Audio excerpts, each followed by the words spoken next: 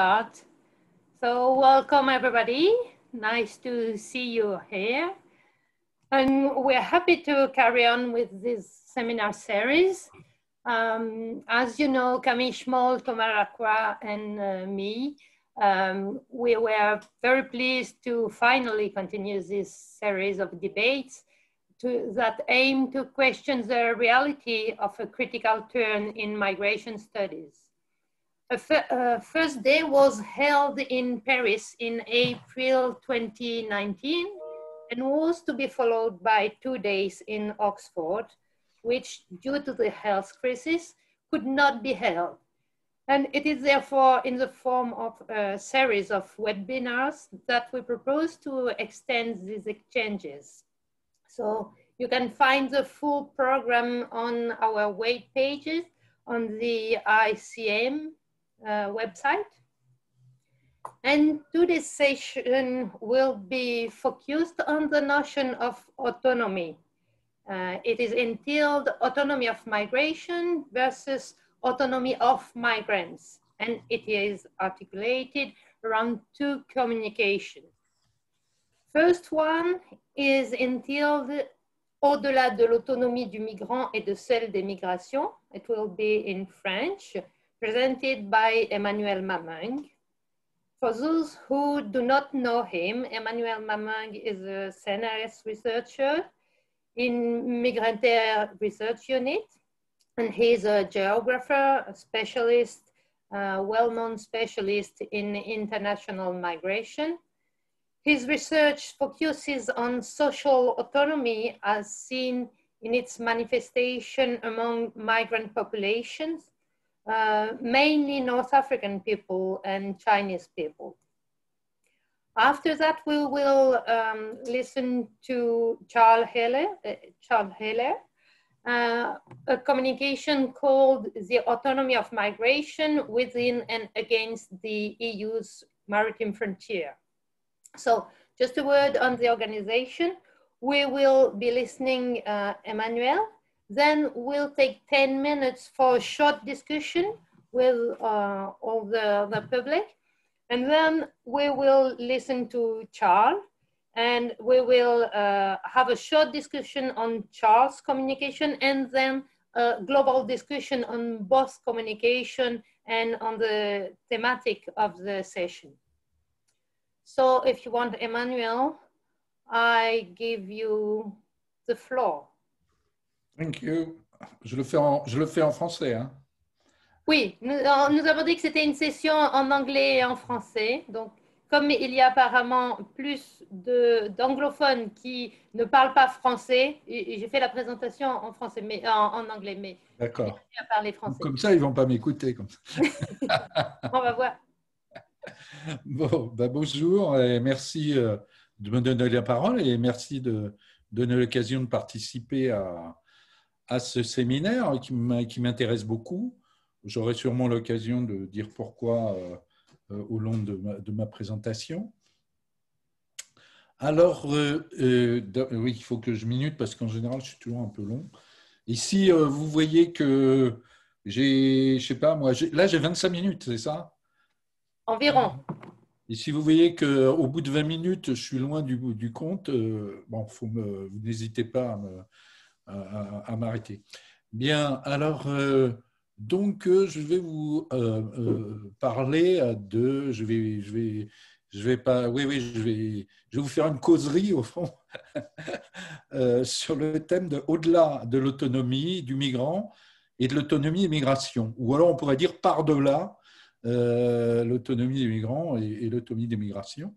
Et en fait, c'est le titre que j'avais proposé parce que l'idée que j'avais, c'était pas tant de dépasser l'opposition supposée ou réelle entre autonomie des migrations et autonomie du migrant, que plutôt de réfléchir à une posture qui n'impliquerait pas de se situer dans l'un ou l'autre paradigme, entre guillemets.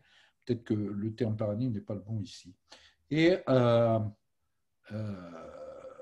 donc, c'est pour ça qu'il faudra aller au-delà ou par-delà ce dualisme, en profond. Alors, en fait, mon intervention va être faite de divers éléments, puisque c'est quand même une question que je travaille depuis un certain temps. Alors, des articles qui sont parus dans la Rémi ou l'Espace géographique, des morceaux d'intervention. Enfin, bon, c'est un bricolage, si vous voulez, avec différents matériaux que j'ai pu assembler dans les années, et parfois anciens, même très anciens. Et donc, c'est comme ça que j'ai fabriqué très sérieusement. Ce n'est pas parce que c'est fait avec des briques et des bouts différents que ce n'est pas sérieux. J'ai fait très sérieusement. Et alors, évidemment, on peut commencer en disant il y a une très grande variété. Dès qu'on commence à travailler sur ces questions-là, on est frappé par la très grande variété des significations accordées à la notion d'autonomie. Alors, je ne vais pas en faire la liste aujourd'hui, mais me concentrer sur quelques-unes d'entre elles afin de rester au fond dans la problématique de cette séance, qui est de confronter au moins autonomie des migrations et autonomie des migrants, puisqu'il y a bien versus entre les deux expressions, donc il s'agit bien de les confronter. Alors, j'ai procédé ainsi. Donc, je vais, au fond, essayer de voir les significations de l'autonomie ou de l'autonomie et migration qui sont, alors dans un premier temps, celles qui sont développées par Constance de Gourcy, qu'on ne connaît peut-être pas suffisamment sur ces questions-là, pourtant qu'elle travaille depuis longtemps là-dessus, et par Camille Schmoll. Ensuite, dans un deuxième temps, je vais dire quelques mots sur celles qui ont été élaborées, les significations élaborées par Sandro Mesadra et reprises par un certain nombre de travaux, mais je serai très bref parce que je suppose que Charles Heller en parlera plus et surtout mieux que moi. Et enfin, troisième point, ça sera l'idée d'autonomie telle que je l'ai utilisée et pourquoi je l'ai utilisée et comment dans plusieurs de mes travaux. Et on verra à ce propos que ce n'est pas tant l'autonomie des migrants dont il sera question, mais plutôt de l'introduction de la perspective ou du point de vue de l'autonomie, comme le titre d'un de mes articles, au fond, le point de vue de l'autonomie dans l'étude des migrations. Donc, il y a plutôt une dimension épistémologique, paradigmatique, disons, pour être bref. Alors, donc, j'en viens au premier point. Ce que j'ai compris, au fond, de la relation autonomie et migration et chez Camille Schmoll et chez Constance de Gourcy. Alors, à propos de Camille, très rapidement, je me réfère à... Bon, enfin, je ne vais pas donner toutes les références. Donc, notamment à un papier qu'elle a écrit. Et au fond, j'ai noté qu'elle distinguait entre ce qui relève du structurel et de l'agentivité des femmes. Et elle soutient donc que cette distinction peut nous permettre de penser la relation entre autonomie et migration. Donc, on voit qu'elle part de ces deux postures, au fond, qu'on pourrait rapidement qualifier de holisme et d'individualisme méthodologique. Et elle note que l'apport conjoint de ces deux perspectives permet d'envisager à la fois la question des structures et de la capacité d'agir, et permet aussi d'éviter, dans la mesure du possible, les deux écueils. Ça, c'est un point que j'ai repris parce que ça me semble un point important. Donc, éviter deux écueils qui sont celui de la victimisation ou, à l'inverse, celui de l'héroïsation des femmes. Et alors, dans ce qu'elle étudie, il y a bien autonomisation des femmes dans les trajectoires qu'elle nous présente. Et au fond, ces femmes revendiquent leur indépendance, jouent de leurs compétences acquises avant et pendant la migration. Leur autonomie, qui est bien réelle, elle insiste là-dessus, est toutefois négociée au prix de constantes renonciations et sacrifices. Et au fond, si je résume, la relation, puisque c'est ça qu'on cherche, la relation entre migration et autonomie, dans ces travaux-là, tient dans le fait que la migration, au fond, pour résumer très, très rapidement, facilite et permet l'autonomie. dans les cas étudiés. Même si, par ailleurs, les coûts, comme j'ai dit tout à l'heure, les coûts sociaux notamment sont très élevés. Donc voilà, Camille, j'espère que tu ne m'en voudras pas d'avoir été un peu bref et réducteur. Donc, mais bon, j'ai que 25 minutes, alors bon. Alors là, quelques mots sur Constance de Gourcy. Alors, pour noter qu'elle a utilisé très tôt la notion d'autonomie à propos des migrations internationales, et je renvoie à son ouvrage, paru en 2005, qui est tiré de sa thèse et qui est intitulé « L'autonomie dans la migration ». Et donc, au fond, pour revenir à la distinction qu'on fait au départ dans cette séance entre l'autonomie de la migration et l'autonomie des migrants, c'est plutôt, ça tourne plutôt vers l'autonomie du migrant ou des migrants, et de la migrante d'ailleurs en l'occurrence. Et il y a un point intéressant, je suppose que vous connaissez les travaux de Constance de Gourcy, qui sont toujours marqués par une certaine originalité, et moi, elle m'étonne toujours, elle me surprend toujours un peu quand même. Et justement, alors, un des sens que donne Constance à l'autonomie, c'est la capacité à conférer une habitabilité à son environnement matériel et social. Et je retiens ce point-là parce que j'y reviendrai tout à l'heure. Et c'est ce qui est dans son habilitation, enfin dans ses volumes d'habilitation d'HDR, qu'elle a d'ailleurs soutenu en juillet dernier. Elle note aussi un point important, à savoir qu'il faut postuler l'autonomie de l'acteur dans l'engagement, dans l'action, toujours dans son habilitation. Donc, vous voyez, elle a donc commencé à en parler en 2005, et en 15 ans après, on peut dire, en 2020, elle considère toujours l'autonomie, même si, par ailleurs, son habilitation porte sur l'absence et non pas l'autonomie. Alors, donc, postuler l'autonomie de l'acteur dans l'engagement, dans l'action. Donc, je reviendrai aussi tout à l'heure là-dessus. Et je la retiens, je la rejoins tout à fait, puisque moi, dans un des articles, je dis il faut poser l'autonomie comme présupposé qui oriente sciemment l'observation. Et donc, on voit qu'il y a quand même une proximité, c'est la deuxième que je... Et puis, autre point de convergence avec Constance, que je peux avoir avec Constance de Gourcy, c'est l'accent qui est mis sur le fait que son approche n'évacue pas les contraintes. Et ça, c'est un point important, parce que parfois, quand on présente le migrant autonome au fond, on a l'impression que c'est un individu complètement libre de toutes ses décisions. Et elle insiste fortement que ce n'est pas du tout le cas. D'ailleurs, aussi, Camille, comme je l'ai dit, comme je l'ai souligné tout à l'heure, met en relief cet aspect-là, c'est-à-dire qu'il y a des contraintes, et parfois de très fortes contraintes, et ce qui, au fond, est intéressant de voir, c'est comment, au fond, ces contraintes sont contournées ou on s'en empare pour les transformer en autre chose. Donc voilà pour Constance de Gourcy. Alors j'en viens au deuxième point, et il me reste donc...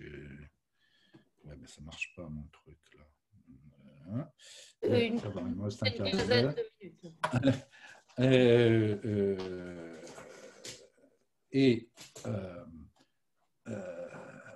Donc, dire quelques mots rapides sur ce que j'ai compris de l'autonomie des migrations ou l'autonomie de la migration chez Sandro Mezzadra dans un texte et aussi à travers des travaux qui s'appuient sur les travaux de Sandro Mezzadra. Alors, je voudrais remercier la professeure Miranda, qui n'est pas avec nous, mais qui parce Elle que est c'est elle qui avec m'a nous. orienté vers ces lectures-là. Donc, je vais rapidement reprendre quelques éléments pour me positionner par rapport à eux. Alors, ce que j'ai retenu, c'est que la notion d'autonomie des migrations prend elle aussi, comme je le montrerai tout à l'heure, un peu comme moi, quoi, enfin, son départ dans une critique des théories économiques des migrations.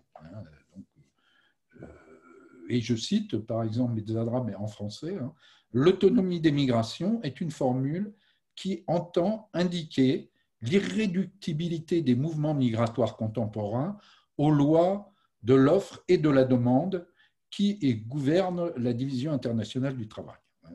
Donc ça, c'est un point quand même qui est très important. Donc il s'agit de dépasser au fond les explications économiques. Et ce que j'ai retenu aussi, et qu'il note dans le même texte, il souligne que l'autonomie des migrations, ce n'est pas l'autonomie du migrant, hein, car celui-ci reste pris dans ses structures migratoires qui lui fixent un destin, au fond.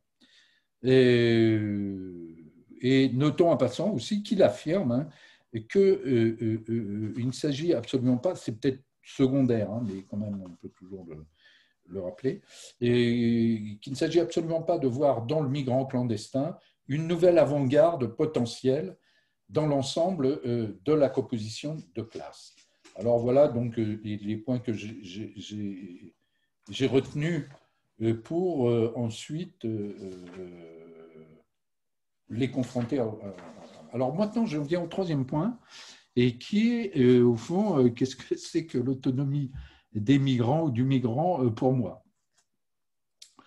Alors, donc, comme je l'ai dit tout à l'heure, en fait, comme on vient de le voir avec Sandro Mezzala, et à peu près au même moment, c'est à partir de la critique des théories des migrations internationales que j'ai proposé d'élaborer un point de vue de l'autonomie. Alors, je vais essayer, parce que je suppose que ce n'est pas très particulièrement connu parmi les gens, à part quelques personnes éclairées dans l'assistance, ce n'est pas particulièrement connu de tout le monde. Alors, je vais exposer très brièvement ce qui est pour moi la relation entre autonomie et migration.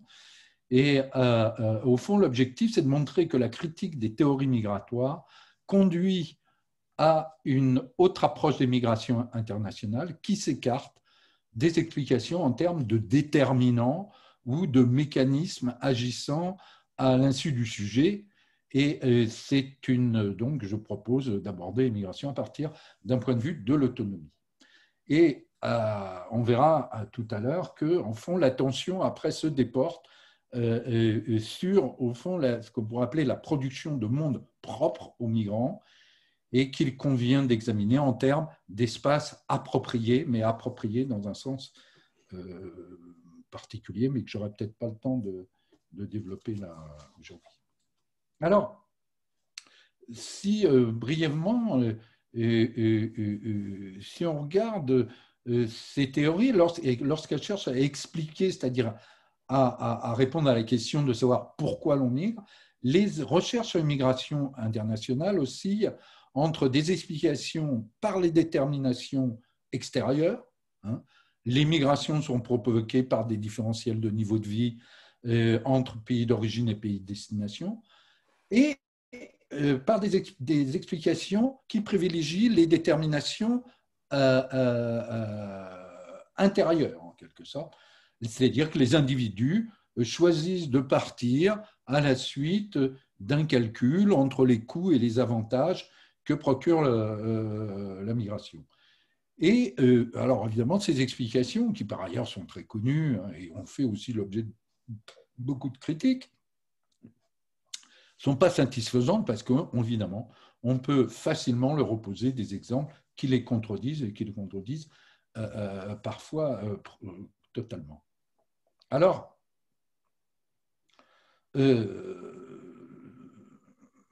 ce qu'on peut noter dans ces deux catégories de théories, c'est qu'elles exposent deux visions à la fois opposées et réductrices des migrants. Alors, soit ce sont des objets balistiques qui sont déplacés par des différentiels de niveau de vie entre pays émetteurs et pays récepteurs, ou alors, à l'opposé, ce sont des calculateurs acharnés qui visent et qui passent leur temps à calculer et qui visent à maximiser leurs gains tout en diminuant, en minimisant leur effort. Et là, on reconnaît évidemment l'individu de l'idéologie néolibérale.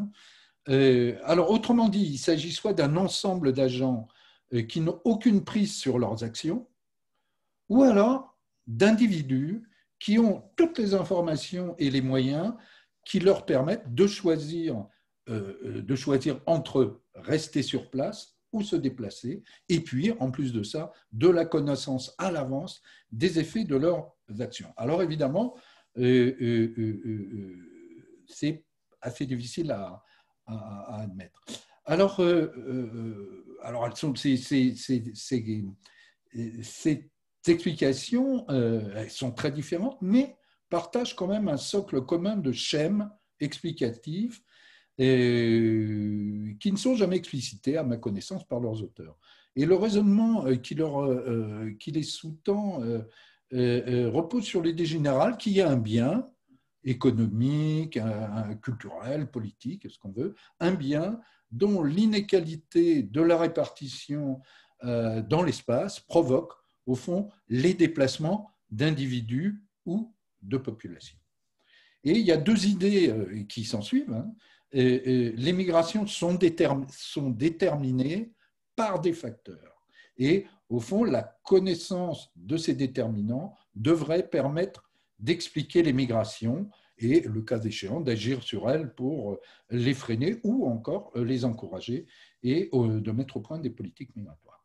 Alors, il y a une autre idée qui est solidaire de la précédente, c'est que ces migrations sont le résultat de mécanismes qui jouent soit à l'échelle macroéconomique, les différences de distribution des richesses entre deux endroits provoquent comme mécaniquement le déplacement des populations, soit à l'échelle individuelle.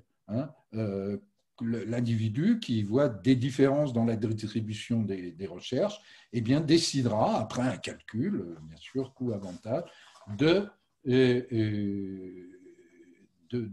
son déplacement. Alors, il serait facile d'essayer d'abréger et de souligner qu'il s'agit d'une conception économiciste des migrations. Et donc, une conception déterministe de ces migrations.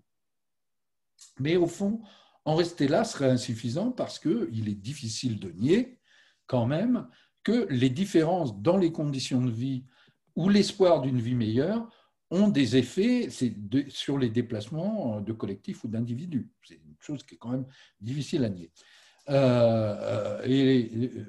Alors donc moi, mon objectif, c'est pas en tous les cas, à ce moment-là, c'était pas de proposer une nouvelle théorie ou une théorie unifiée des migrations, mais simplement, enfin plus modestement, que de changer au fond le vocabulaire. Alors, en ne parlons pas de détermination extérieure, détermination intérieure, mais en parlant plutôt de conditions extérieures et de dispositions intérieures.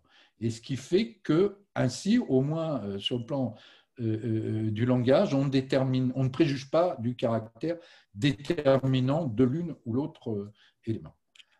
Alors,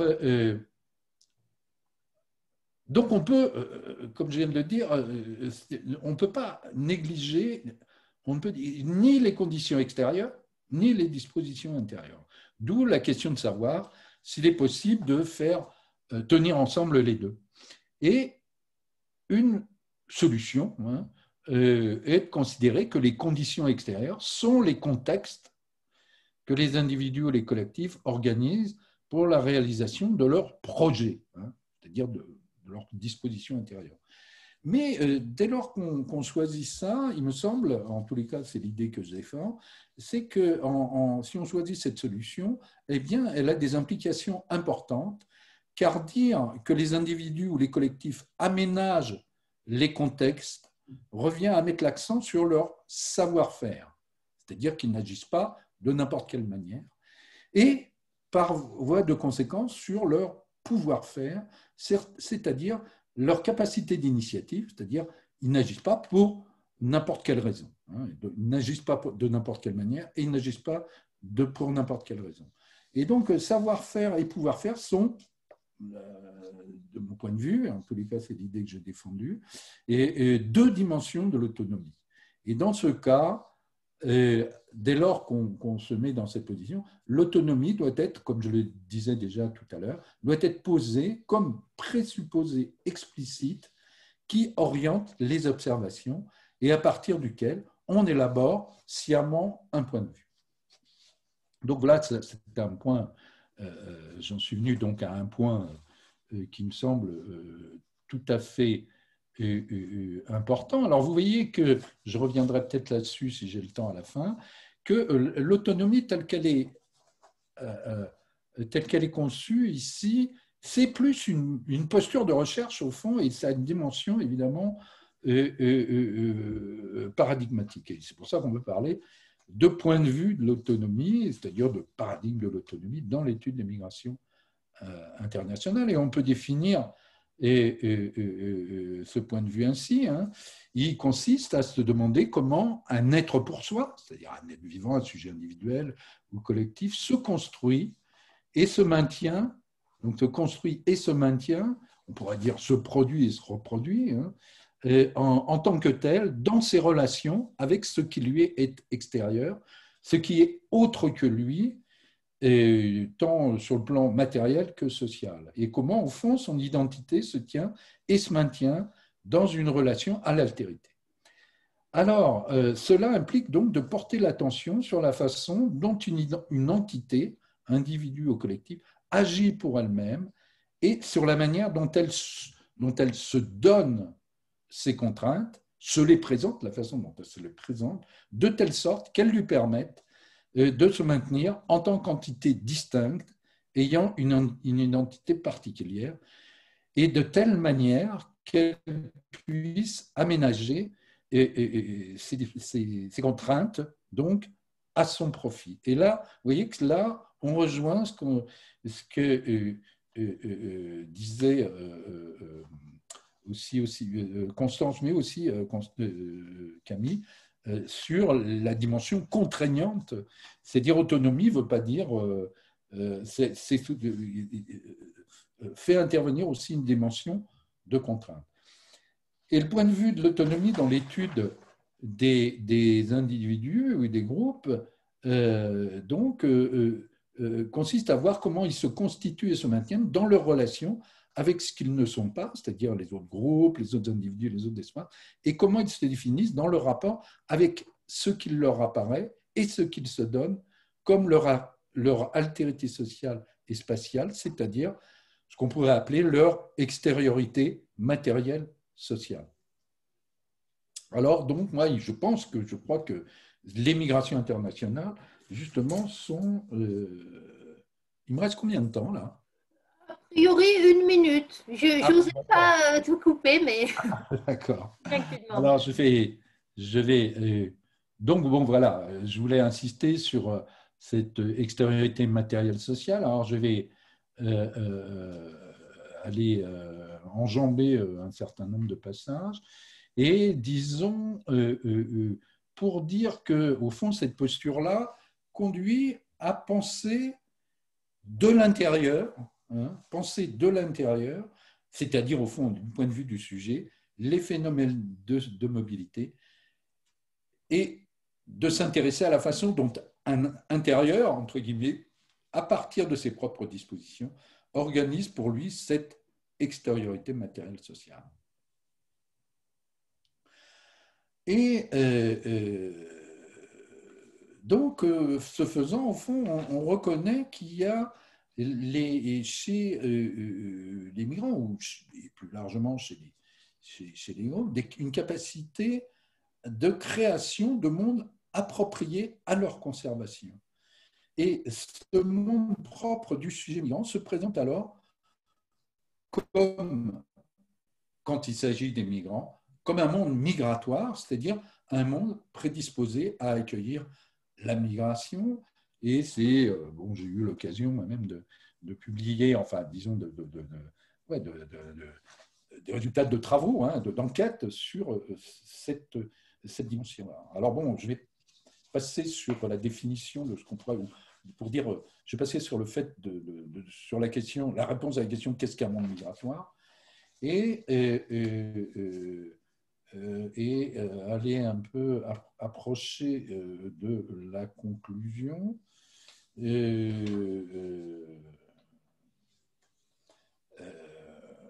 Et revenir dire deux mots sur les approches, la critique des approches économicistes.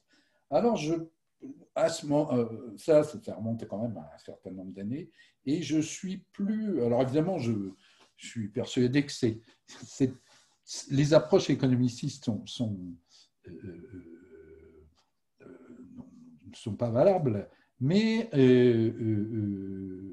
et je maintiens ma critique, mais je pense qu'il faut se tourner vers autre chose, et notamment sur revenir et s'orienter vers ce que tout à l'heure j'ai dit à propos de Constance de Gourcy quand elle parlait de l'habitabilité du monde, et pour insister en conclusion donc sur l'habitabilité du monde, et au fond le mettre en rapport avec cette construction de monde propre, hein. Je pense que c'est dans ce sens-là qu'il faut s'orienter, et c'est aussi dans ce sens-là que j'ai orienté un certain nombre de mes travaux. Alors, pour conclusion, donc quelques lignes de conclusion. Au fond, pour revenir à la question de Thomas, au fond, qu'en est-il de l'autonomie des migrations dans l'approche qui privilégie l'autonomie du migrant, hein. Alors, je suppose que quand Thomas parle de l'autonomie des migrations ou de la migration, il pense au sens que lui a donné Sandro Mezzadra, et donc qui est repris dans un certain nombre de publications, hein, notamment anglophones surtout. Et donc voilà le sens. Mais je crois qu'il faut tenir compte aussi de l'autonomie de la migration, ou l'autonomie dans la migration, telle que Constance de Gourcy en parle, parce que justement, elle s'intéresse, elle met le doigt sur l'habitabilité et la capacité à conférer de l'habitabilité au monde. Et voilà. Donc, peut-être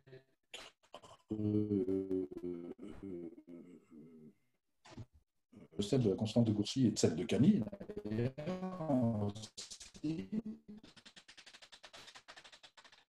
et de celle de Sandro Mezzadra, et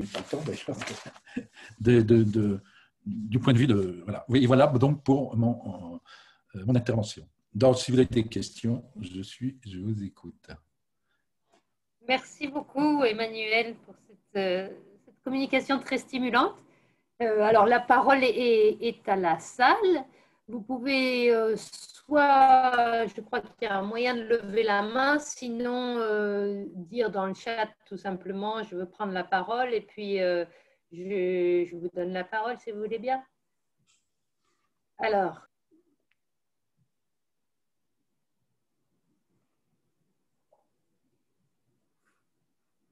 En fait, je ne suis pas sûre de voir quand les gens lèvent la main.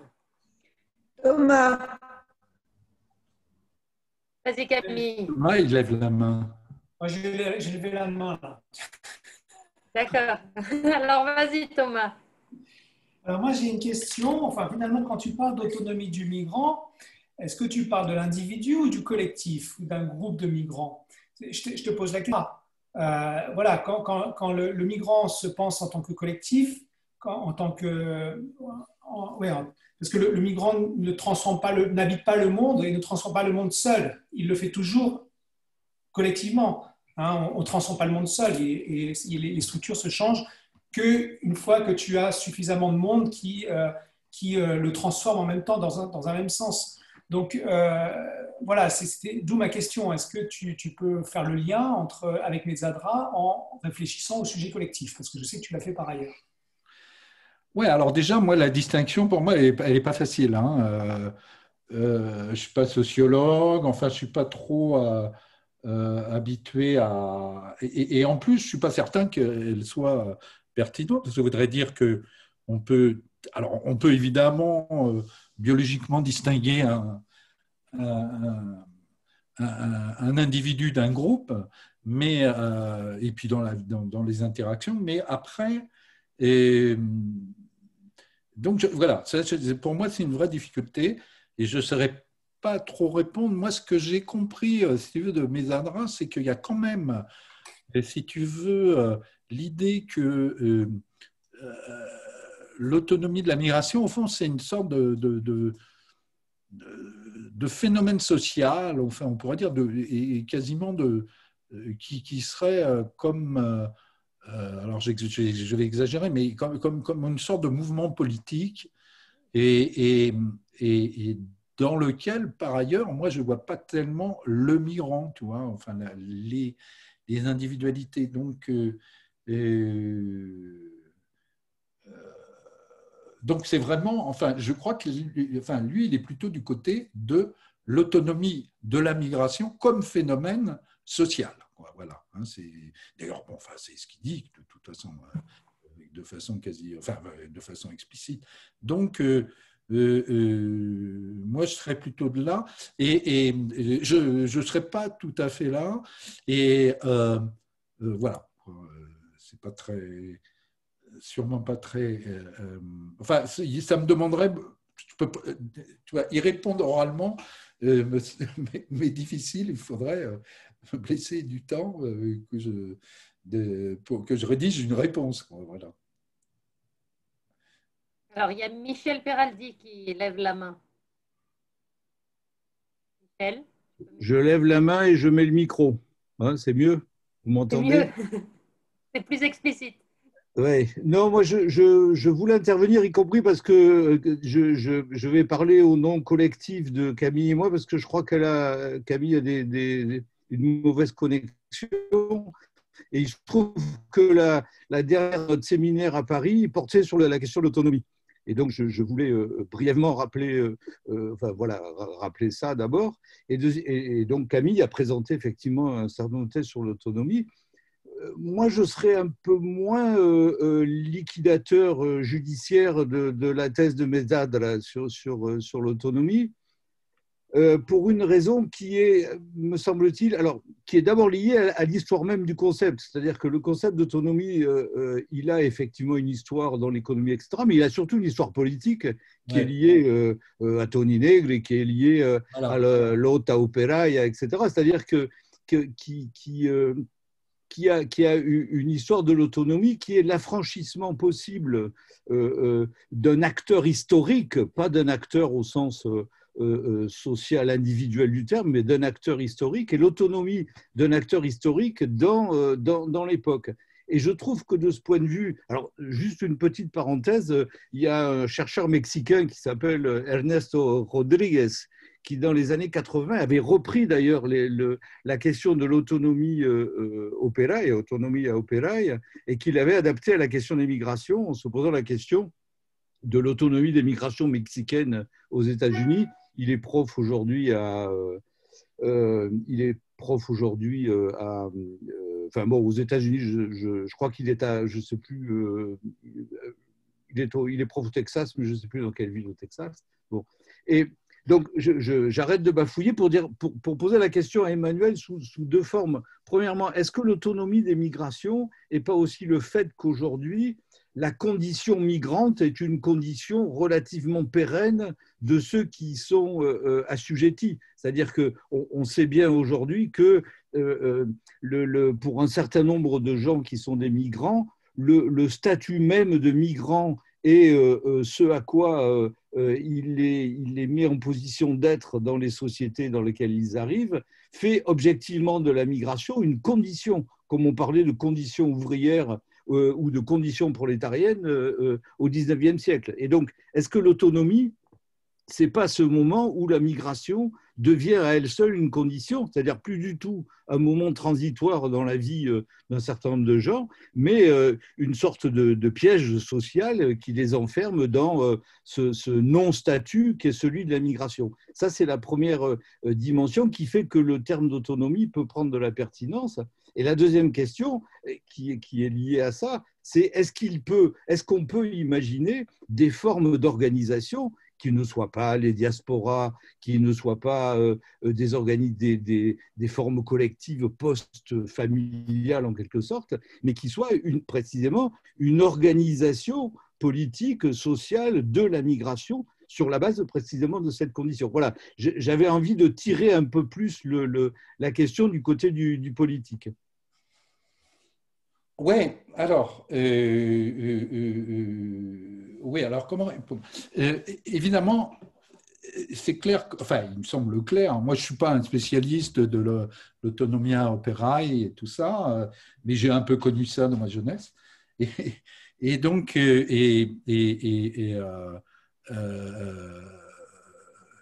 est clair, mais je ne pouvais pas revenir là-dessus, mais il est clair que Mesadra, évidemment, est dans cette continuation. Hein. Et d'ailleurs, il est proche de Tony Negri. En plus, il est à l'université de Bologne. Bon, enfin, c'est sûr qu'il y avait des proximités. Mais là, je ne pouvais pas. Alors, la question que tu me poses, en fait, c'est quand même liée à l'autonomie de la migration, des migrations au centre de Mesadra, au fond. Hein. C'est-à-dire, au fond, comment dire, au fond, mouvement social lié, si tu veux, aux conditions contemporaines de la migration. Alors, moi, le lien avec autonomie, le lien politique avec autonomie, c'est pas là que je le fais. Ça ne veut pas dire qu'il n'existe pas, hein, et que ta deuxième question n'est pas pertinente, mais moi, je le fais dans la posture même, c'est-à-dire le fait de présupposer, hein, l'autonomie des migrants, là en l'occurrence, mais plus généralement l'autonomie des individus ou des sujets, dans le sens où je la présuppose parce qu'il faut viser l'autonomie des sujets. Et viser l'autonomie des sujets, c'est évidemment supposer qu'elle est possible et que non seulement les sujets peuvent être autonomes, mais la société peut être elle-même autonome. Et donc, c'est plutôt, alors pour venir aux politiques, c'est plutôt dans ce sens-là que je le fais, mais moi, je ne suis pas militant politique, hein, donc je le fais à partir de mes moyens, quoi, qui sont quand même très limités. Mais voilà, pour répondre alors oui, on peut penser qu'il peut exister des formes d'organisation politique, enfin, de formes d'organisation qui prennent des formes politiques et qui ne se limitent pas aux diasporas ou aux relations familiales. Enfin, évidemment, c'est une possibilité, mais pour l'instant, je ne vois pas trop les prémices, hein, quand même. Hein. Même si je sais qu'il y a des gens qui y pensent. Merci. Alors, pour continuer, je vais juste lire la question de Stéphanie Dadour et puis après, on passera à la deuxième intervention. la question de Stéphanie Dadour, c'est serait-il possible d'avoir des exemples de conditions extérieures et de dispositions intérieures? Dans le schéma que tu présentais, tu expliquais que c'était une articulation des deux. Ouais, alors j'ai envoyé un article. Conditions extérieures, si vous voulez, en gros, c'est dispositions intérieures, conditions extérieures, c'est dispositions extérieures. C'est par exemple l'environnement, si vous voulez, c'est la distinction entre l'extériorité matérielle sociale, c'est-à-dire l'environnement social et matériel dans lequel vit le sujet, et les dispositions intérieures, c'est son savoir-faire et son pouvoir-faire, c'est-à-dire ce qui l'anime, lui, et notamment, c'est son projet, et notamment, dans le cas des migrants, leur projet migratoire. Et ça, je pense que, d'ailleurs, on avait fait des séminaires là-dessus, sur le projet migratoire. J'en ai pas parlé, mais alors évidemment, c'est un peu une tarte à la crème dans les études migratoires, mais d'un autre côté, il y a quand même quelque chose qui est tout à fait intéressant là-dessus. Alors là, donc, c'est les dispositions intérieures, hein, le projet migratoire, et c'est que, et ça me permet d'en parler, d'en dire deux mots, c'est que d'abord, si on a des discussions avec les gens sur leur projet migratoire, hein, ce qui est assez, il y a deux choses, hein, c'est que c'est d'une banalité enfin, sans nom, quoi. Je veux dire, c'est d'une très, très grande banalité, d'une part. Et d'autre part, et ça, c'est bien montré par exemple, Florence Boyer, qui a vraiment étudié ça de façon très, très, très précise auprès d'individus, c'est qu'il change sans arrêt. À la fois, c'est très banal, c'est vide d'une certaine manière, c'est tellement banal qu'il y a bon, on ne sait pas quoi en faire quand on a ces informations-là, et que d'autre part, ça change sans arrêt. Et donc ça, c'est des gens en soi, alors je ne sais pas qu'est-ce qu'on peut faire de ça, mais comment ça peut s'étudier, comment on peut après l'utiliser dans autre chose. Mais ça, c'est quand même deux choses importantes. Voilà pour les conditions extérieures et les dispositions intérieures. Merci beaucoup. Alors, on pourra continuer la discussion après l'intervention de Charles Heller.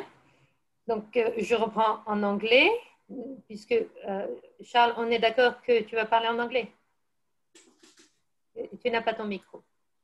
Je parle volontiers en anglais, mes notes sont en anglais. En fait, je suis bilingue, hein, donc oui, c'est ce que... mon espoir simplement est que, disons justement, je pense que la question de l'autonomie de migration, la perspective de l'autonomie de migration a été trop peu jusqu'à récemment, disons, discutée dans le contexte francophone. Et donc, je n'aimerais pas que mon intervention en anglais nuisent à notre discussion et dialogue possible, quoi. Voilà, j'espère que ça sera pas le cas. Donc c'est vraiment. I hope not. Okay, so let's carry on in English. So Charles Heller will present a communication which is entitled "The Autonomy of Migration Within and Against the EU's Maritime Frontier." And for those who don't know Charles Heller, he's a researcher and a filmmaker whose work has a long-standing focus on politics of migration. He completed his PhD in 2015, and he is now affiliated as postdoc in Genova, supported by the Swiss National Fund. And I'll leave you the floor.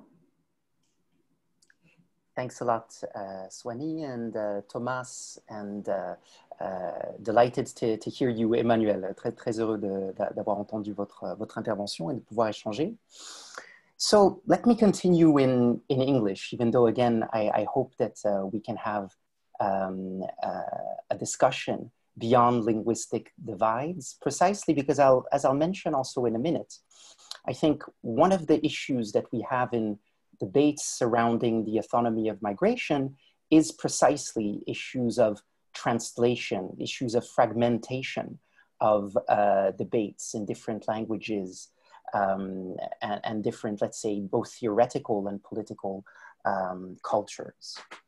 So I'm really delighted that we can engage in this conversation today and hopefully start to bridge some of those divides. So again, I'm delighted to join you today for this very interesting series of discussions, and very happy as well to see that the question of autonomy, let's put it as a question, has a quite prominent place within this series. I understand there was a discussion in Paris, there is one today. I see that Camille Schmoll's presentation in a few weeks' time will also be centered on this question. So I think this is really fundamental. And I think it's also a very good time to reconsider the question of autonomy and different perspectives on the autonomy of migrants or of migration.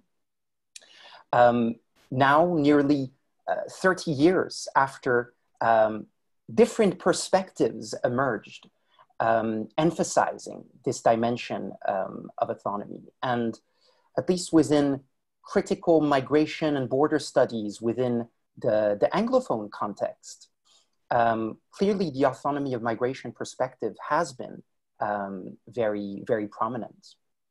And so it's a very good time to discuss what have been the strengths and weaknesses, both of this theoretical and political perspectives, but also of the way, let's say, the way it's been applied in actual research, and what have also been its blind spots. Now, I want to engage with this question from the perspective of my own research and the way the gaze of autonomy, to use Sandro Mesadra's term, and it's interesting, by the way, to note that it's basically identical to Emmanuel's formulation of le point de vue de l'autonomie, right? The gaze of autonomy. How this has shaped my own work on the Mediterranean frontier since 2011, which I've been leading with Lorenzo Pizzani within the framework of the Forensic Oceanography project. Now, let me say from the outset that clearly, if the autonomy of migration perspective has been formative for my own thinking, in fact, I can say this since I see that my friend Isabelle Saint-Saëns is online, but I recall distinctively, in fact, reading the first article. My first encounter with the autonomy of migration perspective is in a 2005 issue of the journal Multitude, in which there were a series of articles that were translated, but also an intervention by Isabelle Saint-Saëns on the concept, a critique of the concept of Fortress Europe. So even though the autonomy of migration has really been formative for me and shaped the way I see the world and migration and borders since then, I would not, locate my work within a single school of thought that I would seek to defend at all costs at the expense of others. And in fact, neither do I feel that this has really been the approach, the attitude that has characterized autonomy of migration scholarship. And so if asked if I adhere myself to the autonomy of migration perspective, I might answer a bit echoing the terms of Eric Hobsbawm when asked about his Marxism. Yes, among other things, I am an autonomy of migration-ist. Now, before discussing the way this perspective has shaped my research on the Mediterranean frontier, let me say a few more words about this perspective, which I should really highlight here is itself plural. And I think we are actually really lacking a kind of genealogy of the autonomy of migration perspective. Some, like Sandro Mesadra and Serhat Karakayali, find early autonomous understandings of migration in the late 19th century work of Max Weber on German internal and external practices of mobility. Max Weber, Karakayali summarizes, sees migration as the expression of a conscious endeavor to escape both the patriarchal system of the countryside and the despotism of the large landowners. For Weber, the flight from the land is a form of mobilization for the class struggles, a latent strike. So Sandro Mezzadra offers a discussion of Weber in this light in his untranslated book, Diritto di Fuga.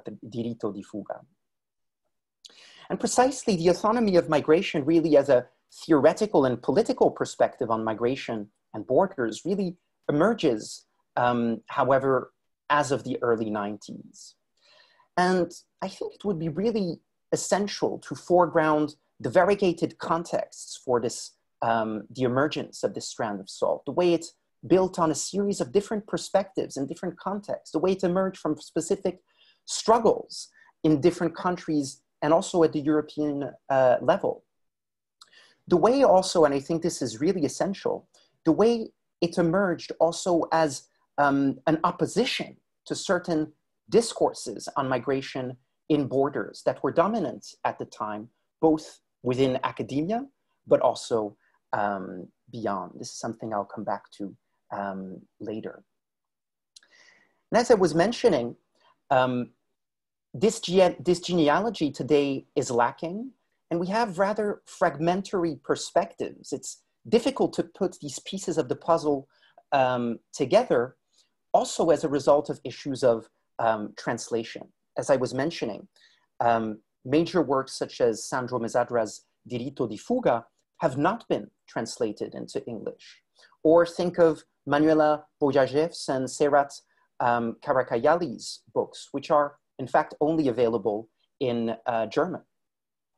Likewise, the pretty monumental book written by Yann Moulier-Bouton on l'esclavage, de l'esclavage au salariat exists only in French. And as we've just heard, Emmanuel Mamung's important developments on the question of autonomy are far too little available in the Anglophone context. Conversely, the translation of other works on the autonomy of migration that have been published in the Anglophone context is simply either not existing in French or has taken a number of years, such as, for example, the publication of Sandro Mezzadra and Brett Nilsson's book, Border as Methods. So this lack of translation maybe also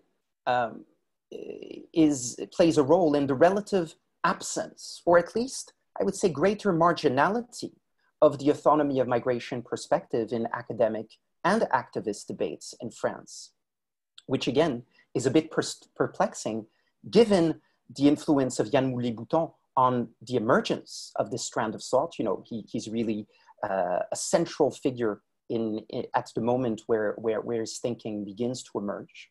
But also I would say a certain porosity between the autonomy of migration perspective and French post-structuralist thought. In particular, I would say Michel Foucault's understanding of power and resistance as co-constitutive and co-evolutive, his emphasis on practices of freedom, les pratiques de liberté in French, rather than liberation, practices of freedom that must always be taken up anew and that constitute the restive counterpart to power, as well as Foucault's later suggestion that one might trace the shifting genealogies of power from the perspective of resistance and counter conducts. All of this clearly resonates with the autonomy of migration perspective. And I should highlight has been central to my own thinking. So unfortunately, I certainly won't be able to offer such a genealogy that I'm calling for. But I think in this process of reappraisal of the autonomy of migration perspective, such a genealogy that would account for this diversity and these variations would be really absolutely essential. It's difficult to have a nuanced conversation without being able to account for these variations. Now, with those limits in mind, let me say a few words about, let's say, some of the axiomatic proposals emerging from this perspective, at least the way I see them. So, as Michel Peraldi was highlighting earlier on, the autonomy of migration literature is clearly, amongst others, shaped by autonomous Marxism. And in a sense, you could think of the autonomy of migration as accomplishing the kind of Copernican revolution in the field of migration, similar to the one autonomous Marxism accomplished in the field of labor. While the later claimed the primacy of worker struggles in shaping the changing logics and operations of capital, the autonomy of migration starts from the subjectivities, movements, constraints, and struggles of migrants, instead of the logics of capital and state borders that are imposed onto them. The autonomy of migration, in the words of Sandro Mezzadra and Brett Nilsson, allows us to see like a migrant, right? And here let me emphasize again this perspective, this question of seeing, of perspective onto the process of migration. Now, I think it's important to highlight two debates into which the autonomy of migration sought to intervene, one of which has been highlighted as well by Emmanuel. The first debate is, let's say, structural explanations of migration. The autonomy of migration opposed the long-held characterization as migration as a mere reaction to economic, political, and social pressures, push and pull factors, emphasizing instead the subjective practices of migrants and the political dimension of their transgressive movements. Migrants' practices of escape are not considered to be passive, weak, and irresponsible ways to deal with an unfolding social conflict or one's own situation, but rather as a form of creative subversion, capable of challenging and transforming the conditions of power. I was quoting here from the work of Dimitris Papadopoulos and Vasilis Tsianos. And here you see as well, effectively, the question of migration as a political process in its own right. Several scholars have also played on the polysemy of the word movement, either in the political sense of the word movement, a social movement, and the kinetic sense, if you will, of movement and space, and considered precisely, as you both highlighted earlier on, migration and mobility itself as a form of contestation in its own right. Emphasizing these movements of escape, however, in no way means occluding that migrants' movements may in turn fall prey to exploitative practices, but that there is always something that these unruly movements and practices which exceed the aims of capitals and states to govern them. Autonomy then is not so much an essential condition of migrant subjects, but rather a relational practice that emerges from within social conflicts. This is something that the work of Manuela Bojajev, but also a very important, I think, book by Stefan Schiel, which he's published recently, reconsidering as well the concept of autonomy of migration, tries to emphasize, right? The kind of relational understanding of autonomy, which, by the way, Camille Schmoll also importantly emphasizes in her recent book, Drawing on Feminist Thinking. And you'll see as well how this emphasis, I'm sure, resonates with a Foucauldian understanding of power and resistance, again, as co-constitutive and co-evolutive. Now, a second debate concerned migration policies and the role of migration in relation to them. The autonomy of migration challenged the metaphor of fortress Europe, which saw migrants as the pure victims of policies of total closure. Instead of this perspective on European policies in particular, the autonomy of migration approach emphasized instead that migrants' unruly mobilities can never be fully blocked or even channeled by state policies, that even in extraordinarily precarious conditions, they retain some measure of agency. And that in fact, their frail bodies have the power to force states to adapt to their policies.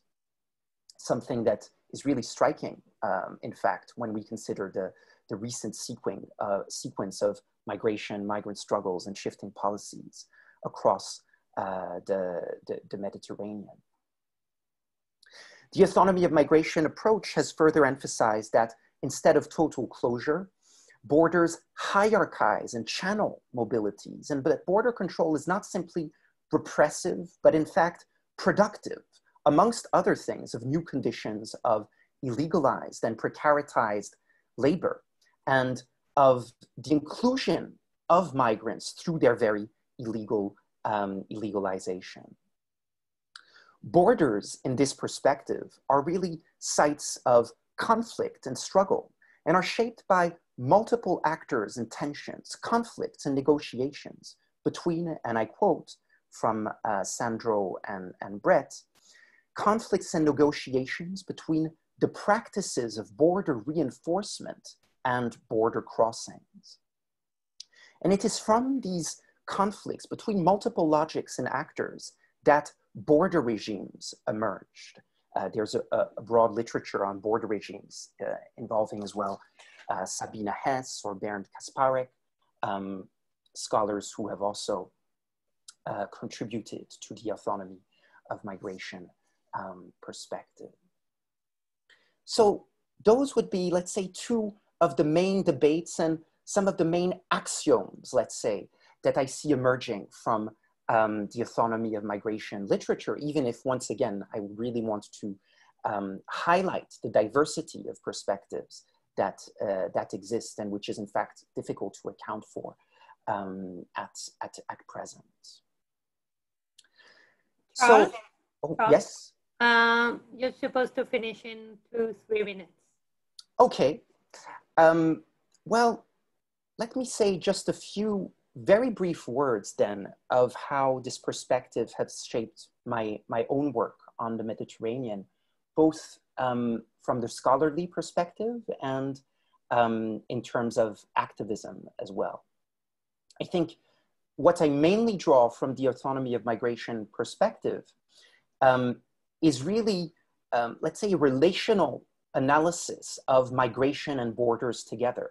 In fact, I would not consider myself as a migration scholar or a border scholar.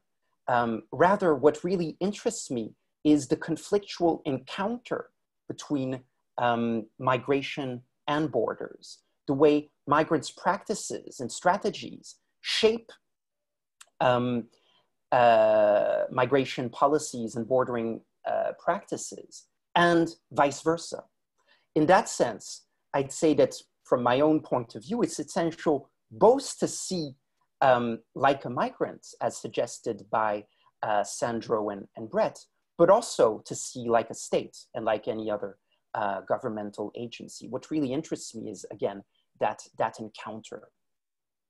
And this has really shaped my analysis of shifting migration and border policies and dynamics of migration across the Mediterranean over the last decade. I think the autonomy of migration perspective is also absolutely fundamental from an activist perspective. Let us just consider strategic litigation.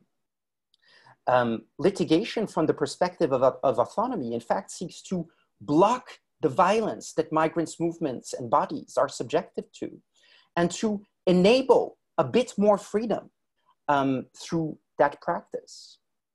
Consider search and rescue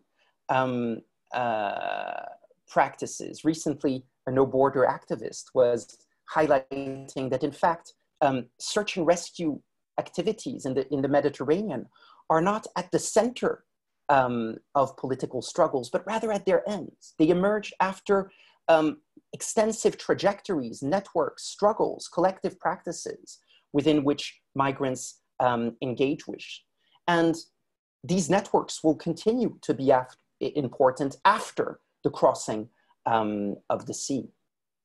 Finally, the perspective of the autonomy of migration is fundamental in terms of thinking the politics, what I've called for as the politics of freedom of movement. Freedom of movement within the perspective of autonomy is not a kind of distant utopia, but something that migrants always seize in the present, and which various forms of political practices can support. Likewise, emphasizing the multiple constraints, but also the multiple struggles that migrants engage with across their entire trajectories, allows to see better that it would be entirely insufficient to simply open borders, as some would call for, but in fact, a politics of freedom of movement in the strongest sense would demand that one undo as well the multiple constraints that migrants encounter throughout their trajectories from their country of origin to their elusive countries of destination. I had a few comments still on some of the limits that I see in the perspective of autonomy of migration. If you don't mind, without being too long, let me just mention rapidly, please. Rapidly, because we're supposed to finish at 5:30, sure, and we won't have time for the discussion. Otherwise. So in one word, I would say simply that the perspective of the autonomy of migration has been extremely important in our own work, and I think it remains very productive. At the same time, I do see a kind of risk of applicationalism, if you will, right? Simply applying certain concepts and making finally similar processes emerge in a slightly mechanic way. And beyond some of the concepts and axioms, which I still do think are very, very important, I think what we really need to hold on to is the very attitude and questions that led to the emergence of the autonomy of migration in the first place. If initially the autonomy of migration sought to counter the dominant discourses of push and pull factors or fortress Europe, we need to ask again today, what are today the dominant perspectives with regard to migration and borders? What are their implications for emancipatory struggles? What processes do we need to underline today in the present to offer alternative understandings that can effectively support migrant struggles? In asking these questions, we may engage with a broad range of other perspectives than the autonomy of migration. But I think in asking them themselves, in asking these questions themselves, we in fact remain faithful to the autonomy of migration's defiant spirit. Thank you, and apologies for being slightly longer. Thank you very much, Charles, for this very interesting communication. And it opens a few questions, because we can notice that your autonomy of migration is quite different from Emmanuel's one. And because we don't have much time, I suggest we open a general discussion, because I think your perspective is very interesting to discuss with the one of Emmanuel. Do you agree with that? Absolutely.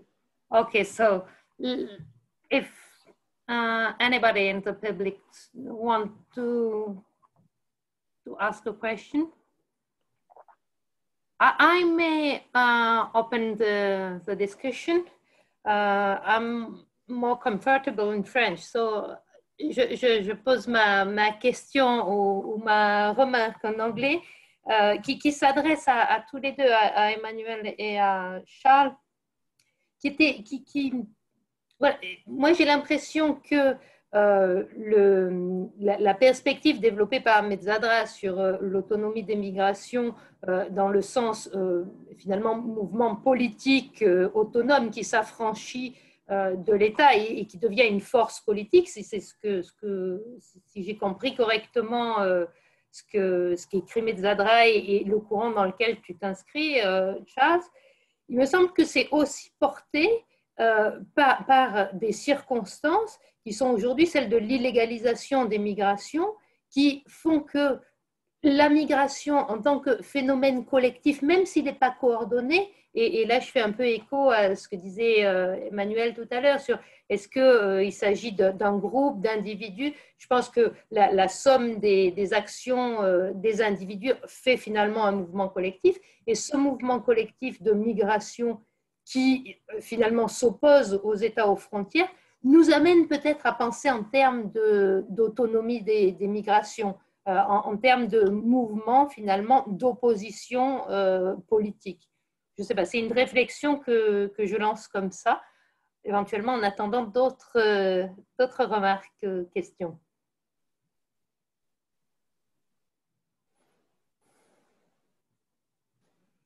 Emmanuel? Emmanuel, on n'entend pas? On n'entend pas, il n'y a pas le micro? Et après, il y a Michel et Camille qui veulent poser des questions. Oui. Alors moi, c'était simplement, quand j'entendais cette question, je me disais, alors effectivement, les migrations, mais c'est quand même l'émigration en direction du monde occidental en général. Mais est-ce que, alors bon, on peut imaginer cette hypothèse, mais il y a énormément, comme vous le savez bien, beaucoup de migrations qui sont en dehors qui sortent de là, quoi. Enfin, il y a des migrations intra-africaines, intra-sud-américaines, intra-asiatiques, etc., etc. Est-ce que, au fond, je ne sais pas, moi je pense à un truc, par exemple, c'est pas un phénomène très connu, mais il y a en ce moment, depuis une dizaine d'années, vers la Chine, il y a une immigration de main-d'œuvre de travail qui est extrêmement importante. C'est plusieurs dizaines de milliers, peut-être plusieurs centaines de milliers de personnes, du Vietnam, du Laos, du Cambodge, etc., des Philippines, etc. Est-ce que c'est du même ordre que les migrations sur lesquelles, je suppose, repose l'observation de Mezzadra, voire de Moulier-Boutang, parce que bon, même si je crois qu'il a un petit peu, il n'est plus tellement dans ce champ de travail. Voilà, c'est pas une question, en fait, c'est une remarque que je me faisais. Est-ce qu'on peut étendre ça disons, l'hypothèse de l'autonomie de la migration ou des migrations, telle que développée par Mezzadra et autres, aux autres migrations qui se passent pas dans les mêmes cadres et qui sont numériquement extrêmement importantes aussi. Peut-être très brièvement, pour discuter de cette autre question ainsi que de la tienne, Stéphanie, vous préférez que je continue en français, en anglais, comme vous voulez pour la discussion? As you want. Continuons en français. Je vois que j'ai l'impression que la plupart des questions seront en français. Très brièvement là-dessus, je pense qu'il n'y a rien qui nous empêche de développer le regard de l'autonomie sur des migrations même internes en Chine d'ailleurs ou en Amérique latine. Je veux dire, la question des migrations internes en Chine est en fait, je crois, assez présente dans le livre Borders Method de Sandro et Brett. Et en fait, Sandro Mesadra partageait avec moi aujourd'hui un livre qui est édité, América Latina en Movimento, un livre qu'il a édité avec Blanca Cordero et Amara Varela. Donc, je ne pense pas du tout que ce regard soit pertinent uniquement dans le contexte, disons, de conflits de mobilité exacerbés qu'on voit entre l'Europe et le Sud global. Mais en fait, justement, on voit aujourd'hui ce que Sandro et Brett appellent la multiplication des frontières. Et donc, il y a des zones de tension qui se multiplient également, en fait, à l'intérieur des États et dans différentes régions du monde. Et oui, je pense qu'effectivement, pour répondre à Swanee, il y a une dimension collective dans certaines expériences migratoires qui est très claire. Je pense par exemple au travail de Mehdi Aliwa sur les transmigrants qui montrent comment un savoir circulé émerge progressivement et est partagé collectivement, même si mon ami Mehdi Aliwa, je ne pense pas, à l'époque, se réclame forcément de la perspective de l'autonomie des migrations. En fait, il est plutôt évidemment influencé par le travail d'Alain Tarius à l'époque. Son travail illustre très très bien la manière dont émergent ces pratiques d'autonomie qui permettent aux personnes de traverser les frontières malgré le déni que leur signifient les États. Merci. Alors, je propose qu'on donne la parole à Michel, ensuite à Camille et puis à Yaba qui ont des questions et ensuite vous répondrez ensemble, d'accord? Alors, Michel, on t'écoute. Oui, je veux continuer dans le fil de ce que j'ai dit tout à l'heure parce que je pense que c'est vraiment le fond, y compris le fond de la discussion qu'a introduit Charles avec son intervention. La question de l'autonomie, encore une fois, si on fait de l'autonomie un concept descriptif au sens épistémologique du terme, je pense qu'il n'a pas un grand intérêt à décrire aujourd'hui la situation des migrants. On a des concepts comme la subjectivation, l'individuation, l'émancipation, etc., qui sont des concepts qui permettent assez bien de définir l'autonomie subjective, l'autonomie du sujet migrant. Emmanuel a fait la différence, je pense qu'il a raison. La question de l'autonomie et de la pertinence du terme autonomie, elle vient à partir du moment où on se pose la question du statut politique de l'acteur historique. Je reprends des catégories tourainiennes juste pour embêter Camille Schmoll. Je veux dire, c'est en tant qu'acteur historique qu'on se pose la question de l'autonomie de la migration. Et de ce point de vue-là, je pense que c'est une affaire très compliquée qui est bien de comprendre quel est le statut politique aujourd'hui de la migration. La migration, du point de vue des pays d'origine, par exemple, on se rend bien compte que la migration en tant qu'acteur historique est une communauté, est un acteur collectif qui peut avoir des effets politiques, des effets de radicalisation, des effets de perturbation d'un certain nombre de fonctionnements des sociétés d'où ils sont originaires. Deux, comme l'a dit Charles et comme le disent aujourd'hui pas mal de chercheurs qui travaillent sur ces questions, à la frontière même, la migration est un acteur politique critique puisqu'il énonce de par la tragédie même de son statut, il énonce le caractère despotique, totalitaire et discrétionnaire de la frontière et des États. Donc c'est un deuxième statut politique.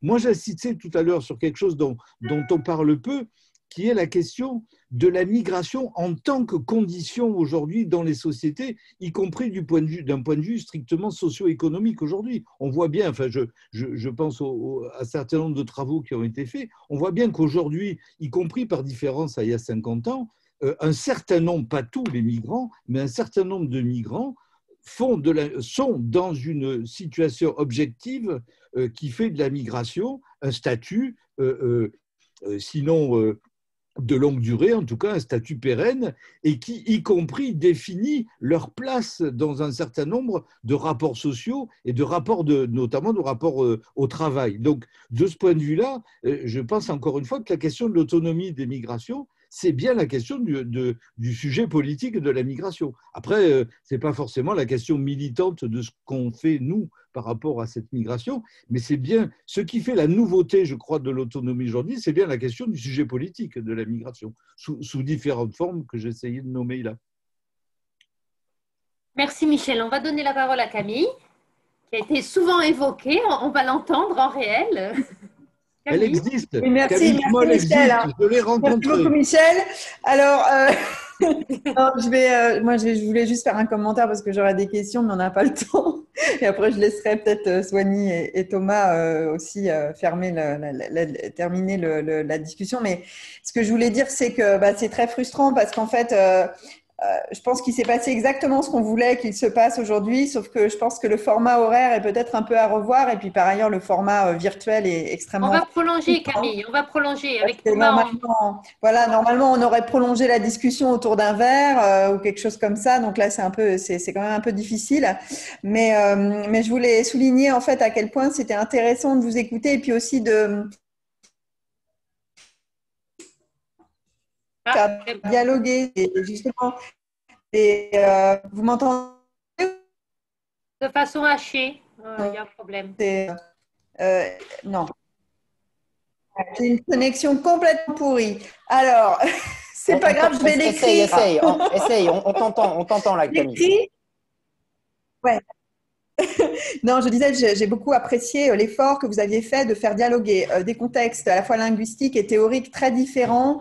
Et aussi, je trouve que la difficulté qu'on a parfois avec certaines approches, c'est qu'elles sont très, très intéressantes, mais elles sont difficiles après à opérationnaliser du point de vue empirique. Et ce que je trouve très intéressant dans les approches d'Emmanuel et de Charles, et qu'on n'a peut-être pas complètement saisi aujourd'hui, donc c'est aussi une invitation pour le public qui ne le connaîtrait que par cette intervention d'aller chercher plus loin, c'est aussi la façon dont ces concepts ont été aussi travaillés sur le plan empirique. Enfin, Charles en a parlé un peu, Emmanuel, on n'a pas eu le temps de développer là-dessus, mais je trouve que voilà, il faut aller lire, et voir les travaux de Charles. Il faut aller voir les travaux d'Emmanuel sur la diaspora notamment pour aussi donner une consistance empirique à tout ça. Et du coup, voilà, moi je suis très très contente que cette rencontre ait pu avoir lieu, même si j'aurais aimé qu'elle ait lieu dans un autre contexte.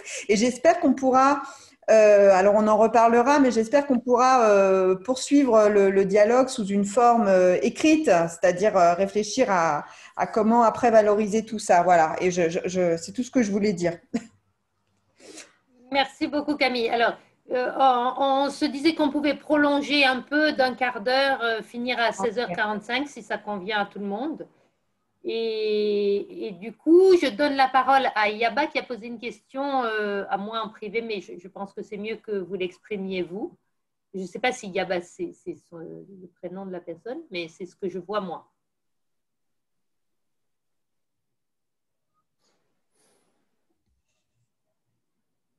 Non? Alors, peut-être que je peux vous redonner la parole, Emmanuel et Charles, si vous voulez répondre aux différentes remarques qui ont été faites.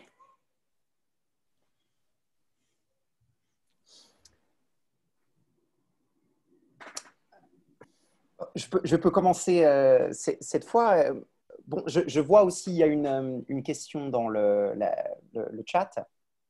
Et je vois que plusieurs questions concernent finalement aussi ce qui est suggéré par le titre de cette discussion, l'autonomie des migrants ou des migrations, la dimension individuelle ou collective. Je pense en tout cas, s'il y a une dimension collective qui me semble évidente par rapport aux situations de migration que j'étudie, sur lesquelles je travaille, collectif ne veut certainement pas dire homogène. Hein. Anaël Piva, dans son commentaire, souligne aussi la manière dont les politiques aujourd'hui individualisent, fragmentent les conditions. Et ça, c'est vraiment aussi quelque chose sur lequel Sandro et Brett ont vraiment que Sandro et Brett ont vraiment souligné, disons, dans leur analyse sur justement la multiplication et l'hétérogénéisation des frontières, c'est pas facile à prononcer. Voilà, peut-être simplement un ajout à cette discussion sur cette dimension collective qui ne devrait pas être entendue comme un sujet migrant homogène, quoi. Merci. Emmanuel? Oui, ben je vais dans ce sens-là aussi. Ouais, c'est évident que c'est sûrement pas un sujet homogène. Moi,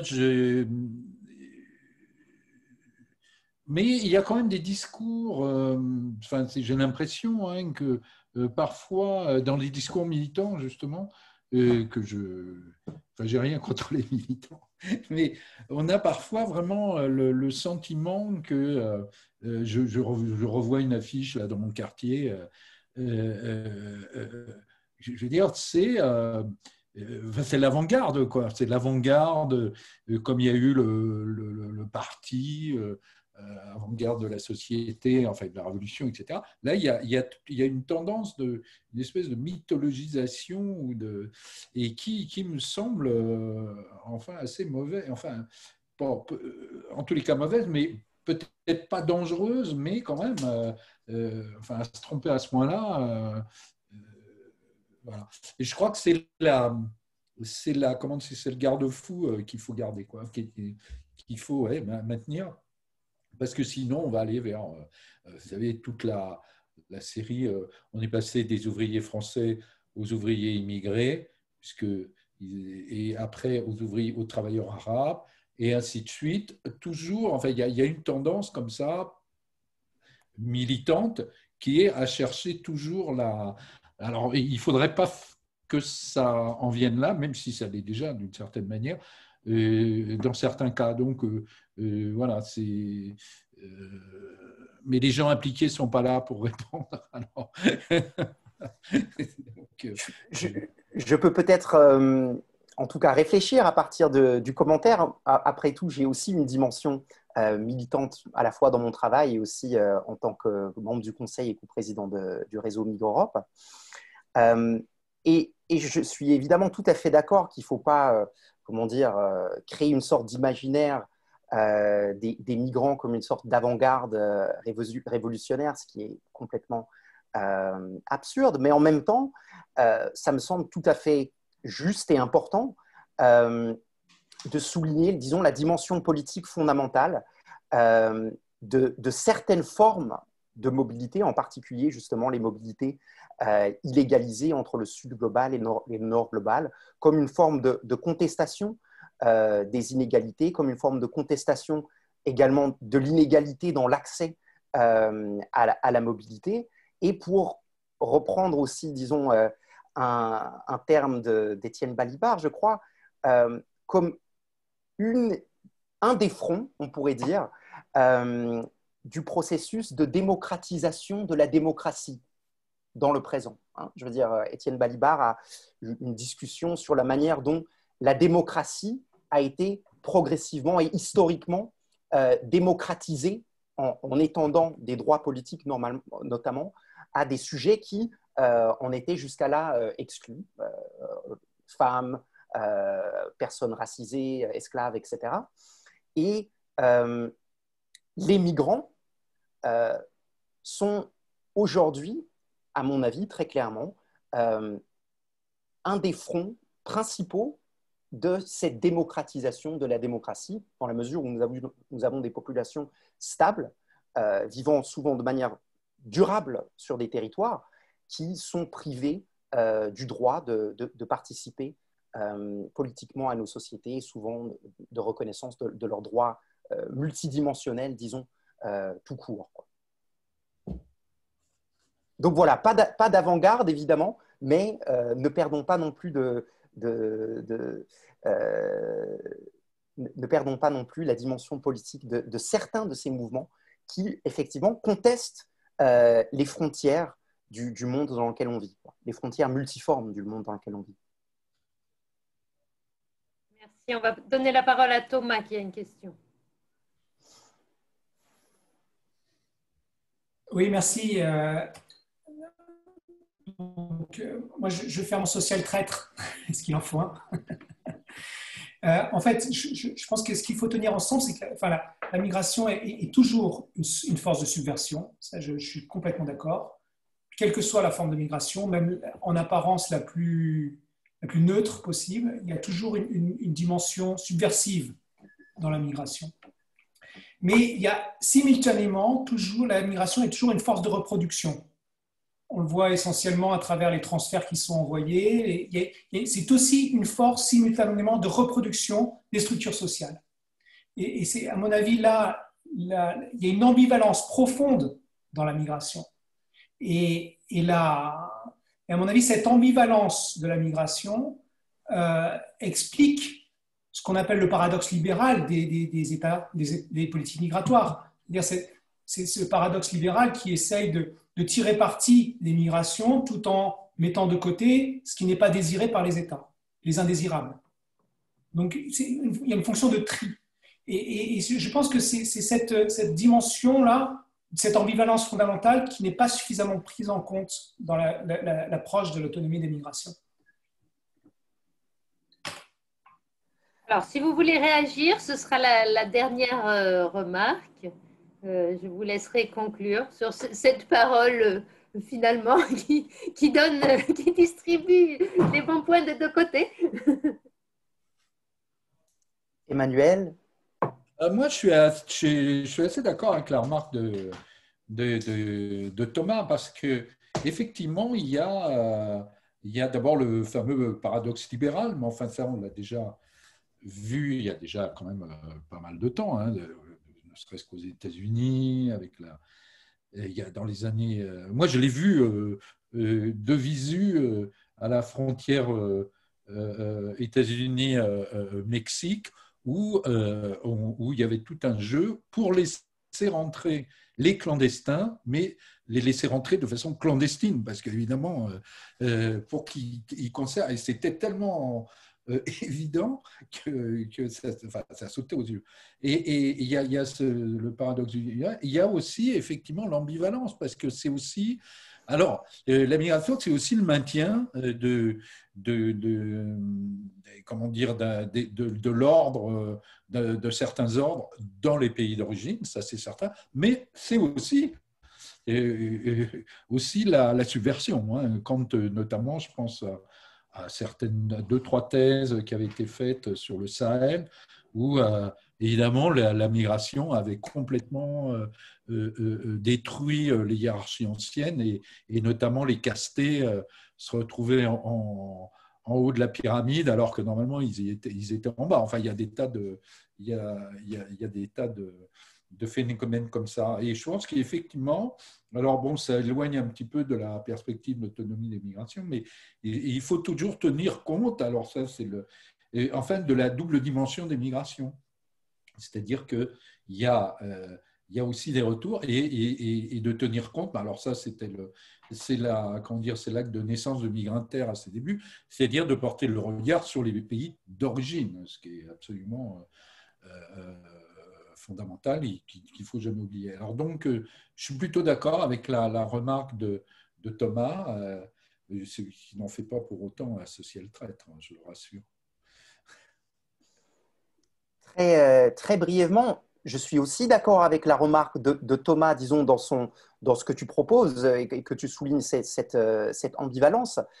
Par contre, je ne pense pas que ce soit fair, comme on dit en anglais, justifié, disons, de caractériser ça comme une sorte de faiblesse des perspectives d'autonomie des migrations en général. Je pense qu'effectivement, il y a peut-être eu dans certaines formulations, disons, ce biais, mais c'est quelque chose auquel fait assez attention, par exemple, Sandro Mesadra. Enfin, il faut aussi voir, disons, des moments différents dans le développement aussi de l'autonomie des migrations, de la manière dont cette perspective a aussi répondu à certaines critiques.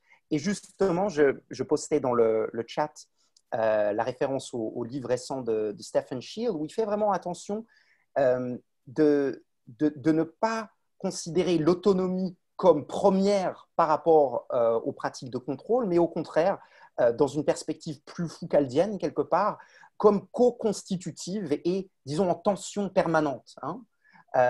Et dans ce sens, d'ailleurs, Serhat Karakaya, lui aussi, parlait plutôt de moments d'autonomie.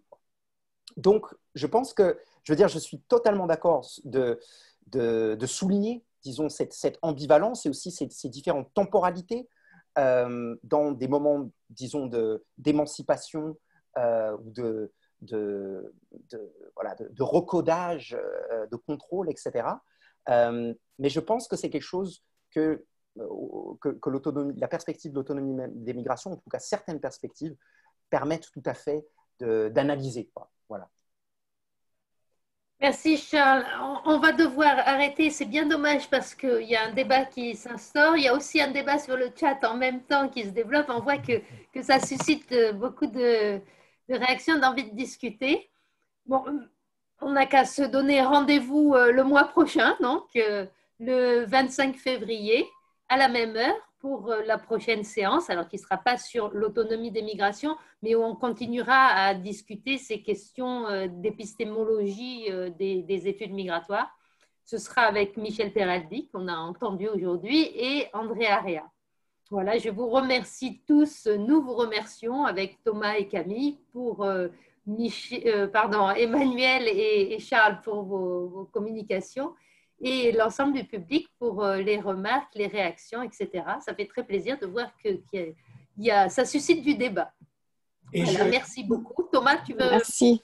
Petite remarque, je vais vous envoyer le programme, on est en train de le finaliser, le programme des séances, des prochaines séances. Voilà, merci.